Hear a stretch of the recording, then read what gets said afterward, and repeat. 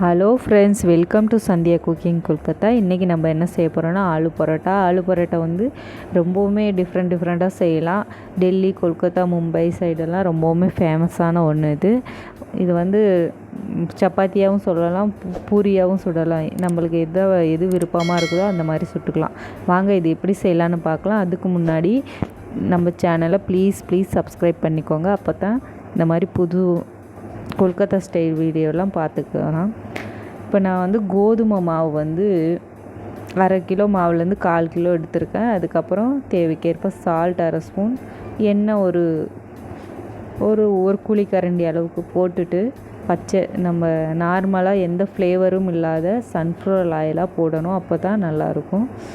போட்டு எல்லா சைடும் நல்லா பெரட்டிட்டு, நார்மலாக நம்ம மாவு பிசைகிற மாதிரி தான், சப்பாத்திக்கு மாவு பிசைகிறீங்களே அதே மாதிரி தான்.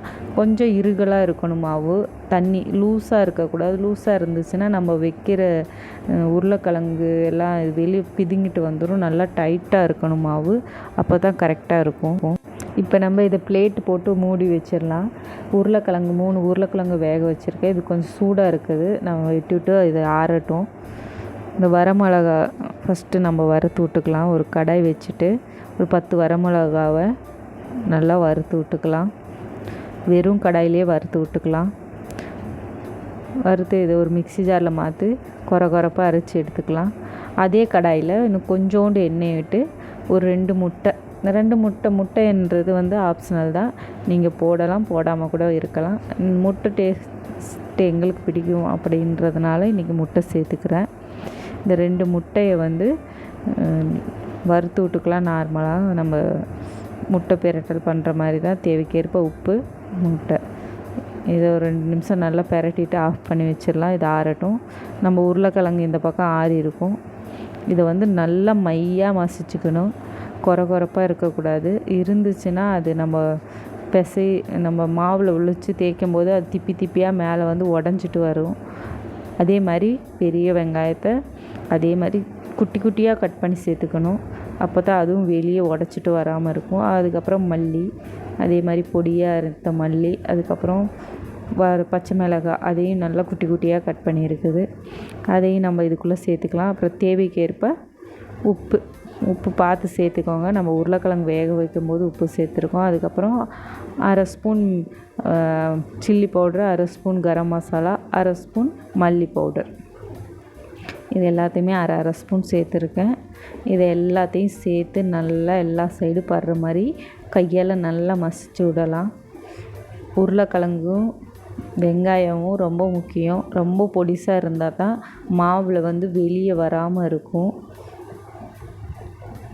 நல்லா மையாக அரைச்சிட்டோம். இதில் வந்து நான் அந்த வறுத்து விட்ட வரமிளகாவை கொரப்பாக எப்படி அரைச்சிருக்கேன்னு பாருங்கள். அதில் வந்து ஒரு 1/4 ஸ்பூன் தான் போட்டிருக்கேன். இதை நீங்கள் வந்து 1/4 ஸ்பூன் போடலாம், காரத்துக்கு ஏற்ற மாதிரி. இதை வந்து நீங்கள் வச்சுட்டு வேறு எதுலேயே கூட போட்டு யூஸ் பண்ணிக்கலாம். நான் அப்படி தான் நிறைய இதில் அது போட்டுக்குவேன், அதனால் அதை எடுத்து வச்சுருக்கேன். அதே மாதிரி இந்த பக்கம் மாவு பார்த்திங்கன்னா நல்லா மாவு ஊறி நல்லா சாஃப்டாக வந்திருக்குது. நம்ம எண்ணெயை சூடு போட்டுக்கலாம். நான் இன்றைக்கி பூரி தான் சுட போகிறேன், சப்பாத்தியும் ஒன்று சுட போகிறேன். எப்படி சுடுறதுன்னு ரெண்டுமே எப்படி பண்ணலான்னு வாங்க பார்க்கலாம். இந்த பக்கம் எண்ணெயை நம்ம சூடு பண்ணி வச்சுக்கலாம்.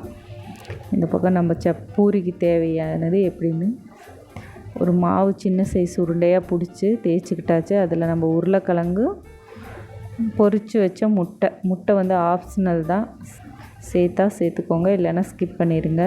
அதை அப்படியே எல்லா சைடும் திருப்பி விட்டு லேசாக பெரட்டி அப்படியே மாவை தேய்ச்சி நல்லா பெரட்டி விட்டுக்கலாம். அதே மாதிரி இருக்கிற எல்லா உருண்டைங்களையும் இதே மாதிரி உருளைக்கிழங்கு, அதுக்கப்புறம் முட்டை வந்து சேர்த்துக்கோங்க. கொஞ்சம் டேஸ்ட், அதோட டேஸ்ட் நல்லா இருக்கும் அந்த பூரியில் சுட்டு வரும்போது. பூரி, சப்பாத்தி எது இருந்தாலும் இது மாதிரி நம்ம எல்லாத்தையுமே இப்படி கையில் அப்படியே மடித்து பிடிச்சி மாவை தேய்ச்சி அப்படியே ஒரு சின்ன ரவுண்டாக உருட்டிக்கிட்டேன். இந்த மாதிரியே உருட்டிக்கோங்க. இது வந்து சப்பாத்தி. அடுத்தது சப்பாத்திக்கு வந்து ஒரு உருண்டையை நல்லா பெரிய சைஸ் தேய்ச்சி விட்டுக்கலாம்.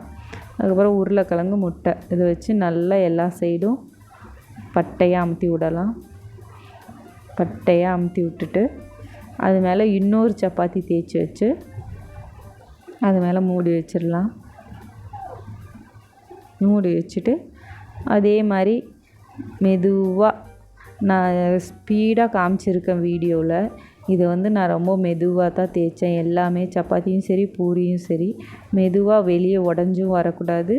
அதே மாதிரி எல்லா சைடும் பரவி போகணும். அந்த மாதிரி பார்த்திங்கன்னா தெரியும். தேய்ச்சாச்சு. வாங்க ஃபஸ்ட்டு சப்பாத்தி சுட்டு காமிக்கிறேன். இது வந்து தவாவில் வச்சுட்டு தேவைக்கேற்ப எண்ணெயை ஊற்றி அப்படியே எல்லா சைடும் எண்ணெயை ஊற்றி நல்லா பொன்னிறமாக சுட்டு எடுத்துட்டு அப்படியே அதை எடுத்து வச்சுக்கலாம். அதை அப்படியே ஓப்பன் பண்ணி பார்த்திங்கன்னா 2 சப்பாத்திக்கும் நடுவில் அவ்வளோ அழகாக வந்திருக்கும். பார்க்கவே அவ்வளோ கலர்ஃபுல்லாக இருக்கும். அதே மாதிரி இந்த பக்கம் எண்ணெயும் சூடாயிருச்சு. அதில் நம்ம தேய்ச்சி வச்ச பூரி அதையும் அப்படியே நம்ம மீடியம் ஃப்ளேமில் வச்சு மெதுவாக சுட்டு எடுக்கலாம். அவசரப்பட்டு போடாதீங்க, இல்லைன்னா கருகிரும். ஃபுல்லில் வச்சிங்கன்னா நல்லா கருகிரும். மெதுவாக தான் இது மீடியம் ஃப்ளேமில் வச்சு உள்ளே இருக்கிற உருளைக்கிழங்கு மசாலா எல்லாம் நல்லா வெந்து வரணும். அதனால் நல்லா இது மீடியம் சைஸ் ஃப்ளேம்லேயே வச்சு நல்லா சுட்டு எடுத்துக்கோங்க. இந்த மாதிரி எல்லா பூரிகளையும் நம்ம சுட்டு எடுத்துக்கலாம். பார்த்திங்கனாலே தெரியுது எவ்வளோ அழகாக கலர்ஃபுல்லாக வந்துக்கிட்டு இருக்குதுன்னு. அவ்வளோதான், நம்ம பூரி எல்லாமே சுட்டுக்கிட்டாச்சு. பார்த்திங்கன்னா தெரியுது எவ்வளோ அழகாக கலர்ஃபுல்லாக. இது சாப்பிடவும் ரொம்ப ரொம்ப டேஸ்ட்டாக இருக்கும். ரொம்பவே உங்களுக்கு பிடிக்கும். கன்ஃபார்ம் இந்த மாதிரி ஒரு டைம் ட்ரை பண்ணுங்கள். இந்த மாதிரி புதுசாக செஞ்சு கொடுக்கும்போது குழந்தைங்க நல்லா விரும்பி சாப்பிடுவாங்க. சாப்பிடலன்னு ஃபீல் பண்ணாதீங்க. இந்த மாதிரி உங்களால் முடிஞ்சால் நல்லா புது ஐட்டங்களாக பண்ணி கொடுங்க. இந்த மாதிரி கொல்கத்தா ஸ்டைல் பார்க்குறதுக்கு நம்ம சேனலை சப்ஸ்கிரைப் பண்ணி வச்சுக்கோங்க. பாய்.